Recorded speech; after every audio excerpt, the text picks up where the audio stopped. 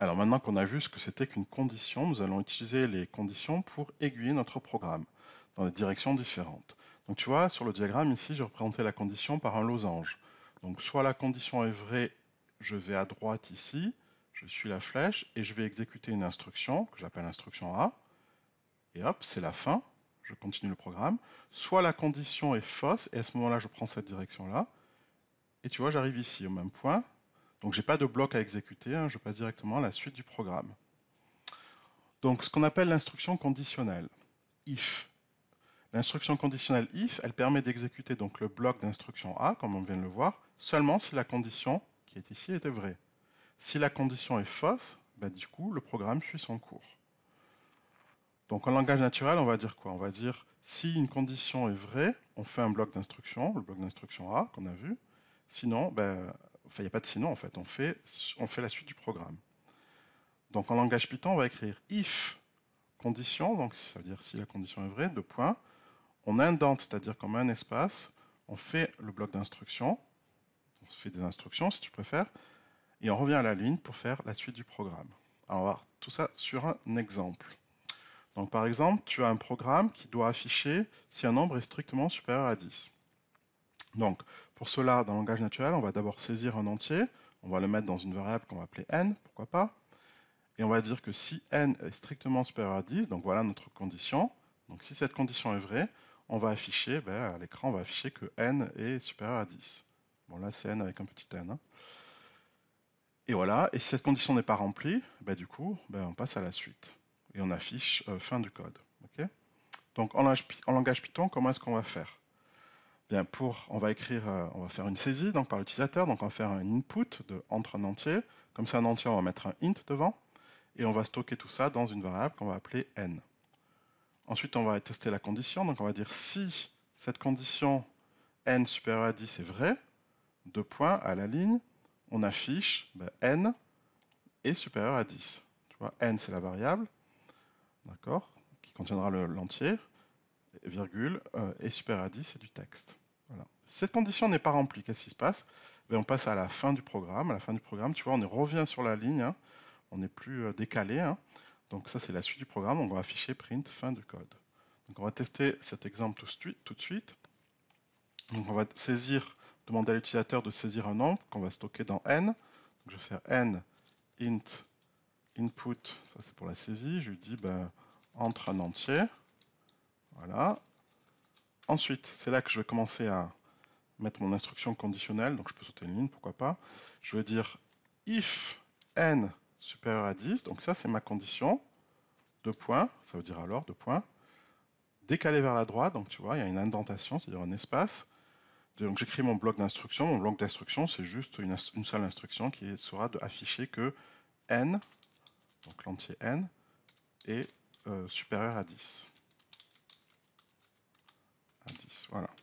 Et si cette condition n'est pas remplie, tu vois, je reviens là, je fais la suite du programme. La suite du programme, c'est afficher fin du code. Voilà, donc je vais tester mon programme. Allons-y. Donc il me demande d'entrer un entier. Je vais rentrer un entier qui est plus petit, qui est plus grand que 10 d'abord. Je vais mettre 12. Tu vois, et il me met quoi? Il me met 12 est supérieur à 10. Donc il a vérifié cette condition est bien vraie. Donc il a affiché 12 est supérieur à 10, ce qui est marqué ici. Et ensuite, voilà, je sors de cette instruction conditionnelle là, parce que je suis revenu à la ligne, et donc il affiche fin du code. Je réexécute une deuxième fois. Donc je rentre un entier, cette fois je vais mettre un entier plus petit que 10, je vais mettre 9 par exemple. Donc j'ai rentré l'entier 9, et tu vois, comme cette condition n'est pas vraie, il n'a pas fait ce bloc d'instruction, ou cette instruction-là, il est passé directement à print fin du code, ce qu'il a fait ici. Alors imagine que j'avais mis 10. Tu te poses la question, qu'est-ce qu'il va faire si je mets 10? Est-ce que 10 est supérieur à 10? Non, 10 n'est pas strictement supérieur à 10, puisque 10 égale 10. Donc il ne va pas afficher 10 est supérieur à 10, il va dire juste fin du code. Donc si on résume, une instruction conditionnelle if, alors pourquoi instruction conditionnelle? Parce qu'on fait un bloc d'instruction si une condition est vraie. D'accord? Maintenant, si la condition est fausse, tu vois, là, dans ce cas-là, on passait directement à la suite.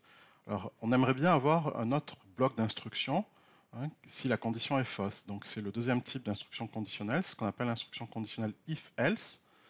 Donc l'instruction conditionnelle if-else, elle permet d'effectuer des blocs d'instruction différents, l'instruction A ou l'instruction B, suivant que la condition est vraie ou fausse. Donc on le voit sur le diagramme, hein, si la condition est vraie, on fait le bloc d'instruction A et ensuite on passe à la suite du programme.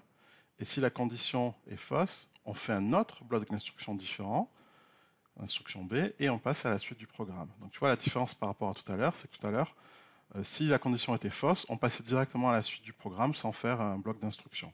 Là, on a deux blocs d'instruction différents suivant que la condition est vraie ou fausse. Donc c'est ce qu'on écrit ici en langage naturel, on va dire si la condition est vraie, donc bloc d'instruction A, on exécute le bloc d'instruction A. Sinon, si la condition donc est fausse, on écrit le bloc d'instruction B.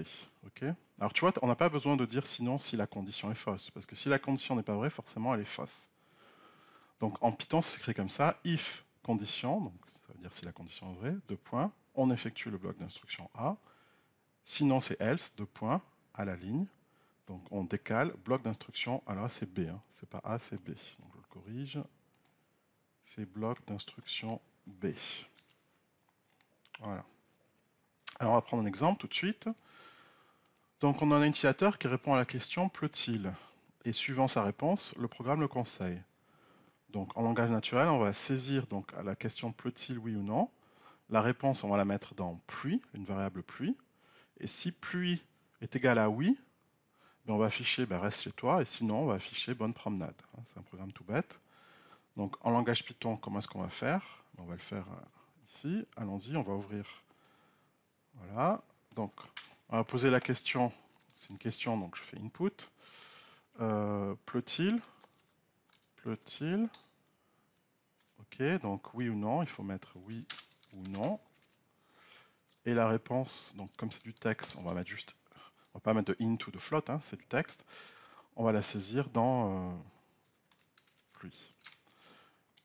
Alors l'instruction conditionnelle maintenant, ça va être de dire que if, donc si la pluie est égale à oui, deux points, on va afficher quoi?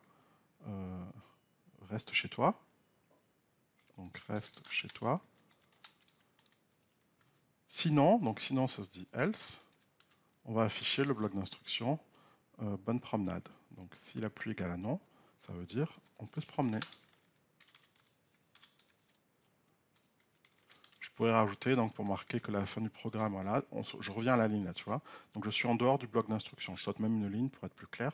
C'est pas obligé, mais je le fais. Et là, je vais afficher fin du code. Voilà. Donc j'exécute mon programme. Allons-y. Donc pleut-il oui ou non? Si je mets oui, qu'est-ce qu'il m'affiche? Donc j'ai rentré oui, il me fait reste chez toi. Hein, donc si pluie égale oui, c'est le cas, ben, il affiche ce bloc d'instruction, c'est le bloc d'instruction A, c'est reste chez toi. Et ensuite, il passe à la suite du programme, parce qu'on sort de l'instruction conditionnelle, et il affiche fin du code. D'accord? Maintenant, je reteste le programme, et en fait, je vais marquer non. Donc tu vois, donc j'ai marqué non. Donc est-ce que pluie égale oui? Ben non. Donc cette condition est fausse, donc il fait la suite, il fait cette condition, il fait else, print, bonne promenade, ce qu'il affiche ici, tu vois. Et ensuite, il suit le programme qui affiche fin du code. Ok, alors tu te poses la question, mais si j'avais rentré autre chose que non, si j'avais rentré, je sais pas moi, Toto, qu'est-ce qu'il aurait fait? Bah, tu vois, il aurait fait également bonne promenade. Pourquoi? Bah, parce que j'ai pas rempli oui. Donc cette condition pluie égale oui, elle n'est pas remplie. Hein. Donc du coup, moi j'ai mis pluie égale Toto, donc pluie n'est pas égale à oui. Donc il va m'afficher bonne promenade. Hein. Voilà. Alors voyons tout de suite un autre exemple, exemple numéro 6, où l'utilisateur va saisir un entier, donc, et le programme va afficher si cet entier est pair ou impair. Alors, comment résoudre ce genre de problème? Alors, tout d'abord, donc langage naturel, on va voir. On va saisir un entier, on va le stocker dans n comme variable. Alors, pour savoir si un entier est pair ou pas, comment on fait? Ben, c'est très simple en réalité. Si tu le divises par 2, d'accord? Si c'est un nombre pair, par exemple 8, tu le divises par 2. 8 est bien divisé par 2.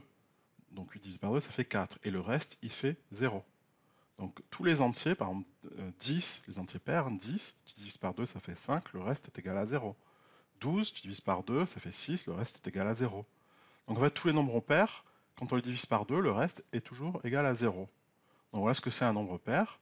C'est si le reste de la division par 2 est nul, ben il est pair. Sinon, il est impair, tout simplement. D'accord? Donc tu vois que c'est important maintenant de savoir comment on fait pour calculer le reste d'une division. Hein. On avait parlé dans la leçon sur les variables. Alors, allons-y, voyons comment on fait concrètement dans Python. Donc je te rappelle que pour calculer le reste d'une division par 2, voilà comment on fait. Par exemple, si 12, je veux regarder le reste de la division par 2, je tape le symbole pourcentage. Hein, et le reste de la division, c'est 0, hein, puisque 12 est bien divisé par 2. 12 divisé par 2, ça fait 6, le reste fait 0. Par contre, 13, le reste de la division par 2, c'est 1. Hein, 13 divisé par 2, ça fait 6, et il reste 1, parce que 6 fois 2, 12, plus 1, 13. Voilà comment on fait pour calculer le reste. Hein. Donc voyons maintenant le programme que l'on va construire en Python. Donc je vais saisir un entier, donc je vais faire un int input entre un entier, donc entre un entier, donc je le saisis comme c'est un entier, voilà, je le mets dans n, pourquoi pas. Alors maintenant, bloc instruction conditionnelle, donc soit l'entier est pair, soit il est impair. Donc if l'entier est pair, donc if entier pair, comment on fait? On a dit si le reste de la division, le reste, souviens-toi que c'est ce symbole pourcentage, hein, le reste de la division par 2, ça veut dire n divisé par 2, le reste, je regarde le reste. Si ce reste est égal, donc je compare ce reste à 0, ça veut dire que, donc j'affiche que le nombre n, il est pair. Hein, si le reste de la division par 2 est égal à 0, c'est que ce nombre est pair. Sinon, donc else, j'affiche qu'il est impair, tout simplement. n est impair. Voilà. Je teste ce programme. Donc il me demande d'entrer un entier, tu vois, donc je vais rentrer un entier, par exemple 12, et il me dit 12 est pair. Ben oui, hein. Il a fait 12 divisé par 2, il a regardé le reste, c'est 0, donc il affiche que c'est pair. Je reteste avec un nombre impair, par exemple 13, il me met 13 est impair. Effectivement, hein, le reste de la division par 2, 13 divisé par 2, ça fait 6, il reste 1. Donc 1, c'est pas égal à 0, hein. Donc c'est bien un nombre impair, 13. Voilà.